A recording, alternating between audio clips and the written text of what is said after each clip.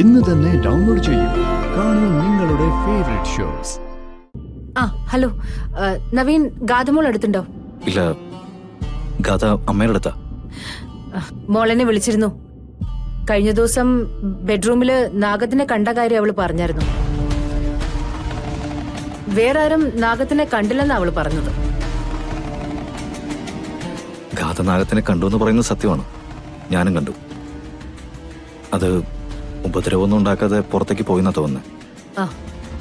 നവീൻ, ഇപ്പൊ നാഗം വന്നു എന്ന് പറയുന്നത് ചിലപ്പോ ഒരു നോർമൽ സംഭവമായിരിക്കും. പക്ഷേ ഇത്രയും വലിയ വിശ്വാസങ്ങളൊക്കെ ഉള്ളൊരു വീട്ടില്, അതും സർപ്പബലി പോലൊരു ചടങ്ങ് നടന്ന വീട്ടില് നാഗത്തിന്റെ സാന്നിധ്യം ഉണ്ടാവുന്നത് ചെറുതായിട്ട് കാണാൻ പറ്റില്ലല്ലോ. ഗാഥമോൾക്ക് അവിടെ നിൽക്കാനായിട്ട് നല്ല ഭയമുണ്ട്. എനിക്കറിയാം.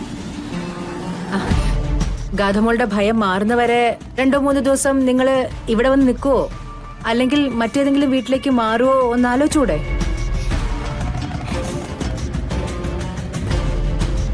ഞാൻ നിങ്ങൾക്കൊരു ഹണിമൂൺ ട്രിപ്പൊക്കെ പ്ലാൻ ചെയ്തായിരുന്നു. പക്ഷേ മോളുടെ ഇപ്പോഴത്തെ അവസ്ഥയിൽ ഒരു ട്രിപ്പൊക്കെ പ്ലാൻ ചെയ്യുന്നത് ഓക്കെ ആണെന്ന് എനിക്ക് തോന്നുന്നില്ല. നവീൻ എന്തു പറയുന്നു? മേഡം പറഞ്ഞ കാര്യം ഞാൻ ആലോചിക്കാം.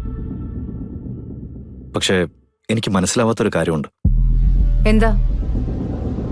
സർപ്പബലി നടത്താൻ പാടില്ലെന്ന് ഞാൻ ഗാഥയെടുത്ത് പറഞ്ഞു. പക്ഷേ അന്ന് എന്നെ അതിശയിപ്പിക്കുന്ന ധൈര്യത്തോടു കൂടെ അയാൾ അതിന് തയ്യാറായി. ഇത്രയും കഠിനമായ വ്രതവും പൂജയൊക്കെ നടത്തിയ ഒരാള് പെട്ടെന്ന് എങ്ങനെയായി പോയത്?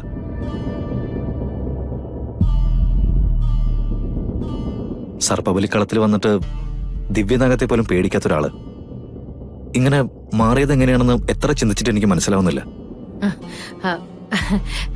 അത് പിന്നെ മനുഷ്യരുടെ മനസ്സല്ലേ.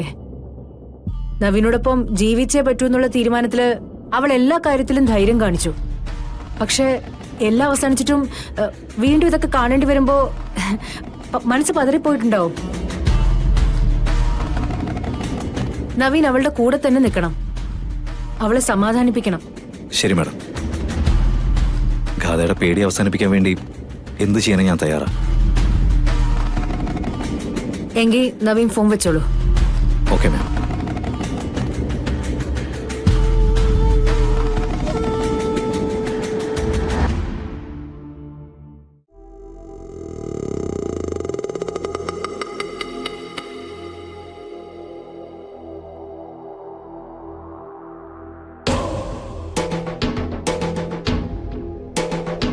ഓ, അപ്പൊ ഗാഥയ്ക്ക് അവിടെ സ്വസ്ഥത കിട്ടുന്നില്ല.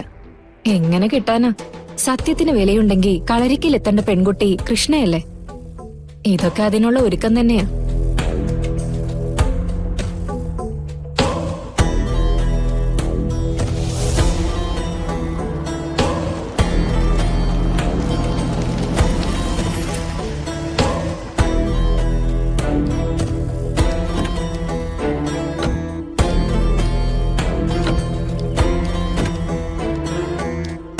ഉദേട്ടാ,